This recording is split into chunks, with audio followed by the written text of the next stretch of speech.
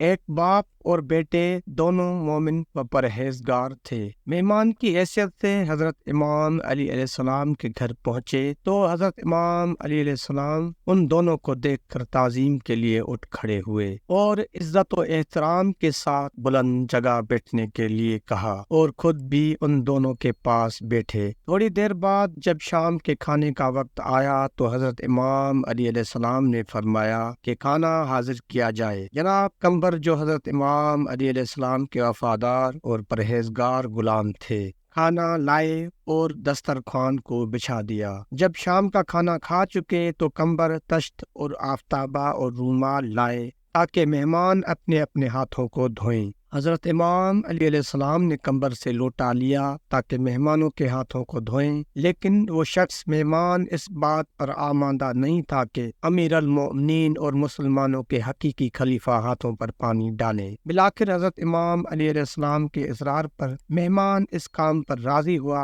جب وہ شخص اپنے ہاتھوں کو دھو چکا تو حضرت امام علی علیہ السلام نے اس لوٹے کو اپنے فرزند محمد حنفیہ کو دیا اور فرمایا، اے میرے بیٹے، اگر یہ پسر تنہا میرے گھر مہمان ہوتا تو میں خود اس کا ہاتھ دھوتا، لیکن خدا دوست نہیں رکھتا اس جگہ جہاں باپ اور بیٹے موجود ہوں اور ان کے ساتھ ایک ہی طرح کا برتاؤ کیا جائے۔ میں نے اس کے باپ کا ہاتھ دھویا، تم بھی میرے بیٹے ہو، تم اس کے بیٹے کا ہاتھ دھو تاکہ باپ کا ہاتھ دھوئے اور پسر کا ہاتھ دھوئے۔ اللہ اکبر۔ یہ ہے حضرت امام علی علیہ السلام کا انصاف اور مولا امام علی علیہ السلام کی نظر میں باپ کی عزت و احترام۔